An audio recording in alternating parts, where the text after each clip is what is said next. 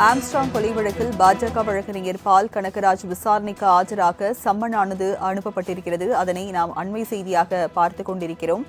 Armstrong கொலை வழக்கில் பாஜக வழக்கறிஞர் பால் கனகராஜிற்கு சம்மன் அனுப்பப்பட்டிருக்கிறது. ரவுடி நாகேந்திரன், சம்போ செந்தில் உள்ளிட்டோருக்கு வழக்கறிஞராக பணியாற்றியதால் விசாரணைக்கு ஆஜராகுமாறு பால் கனகராஜுக்கு சம்மன் அனுப்பப்பட்டுள்ளது.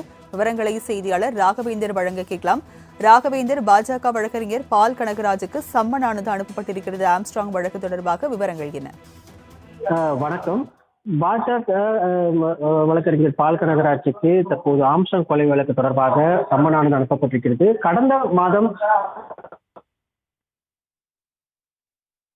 இந்த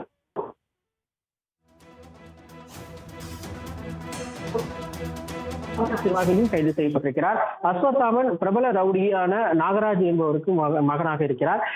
அது தொடர்பாகவும் கைது செய்யப்பட்டதாக ஏற்கனவே முன்விரோதம் இருந்த காரணமாக இந்த ஆம்ஸ்ட்ராங் கொலையில் தொடர்பு இருப்பதாக போலீசார் தெரிவித்திருக்கின்றனர். அதன் அடிப்படையில் அஸ்வத்தாமன் கொலை செய்யப்பட்டிருக்கிறார். மேலும் இந்த கொலை வழக்கு தொடர்பாக நாகேந்திரனையும் இந்த வழக்கில் இணைத்து போலீசார் வழக்கை சேர்க்கப்பட்டிருக்கு. இந்த நிலையில் இந்த வழக்கறிஞரும் மற்றும் பாஜக துணைத் தலைவருமான பால் கனகராஜ் தற்போது போலீசார் சம்மன் அனுப்பியிருக்கின்றனர். ஏற்கனவே பால் கனகராஜுக்கு விசாரணை இது தொடர்பாக நடைபெற்றதாக போலீசார் தரப்பில் தெரிவிக்கப்பட்டாலும் தற்போது சம்மன் அனுப்பப்பட்டு மீண்டும் விசாரணைக்கு ஆஜராக தெரிவித்திருப்பதாக தெரிவிக்கப்பட்டிருக்கு.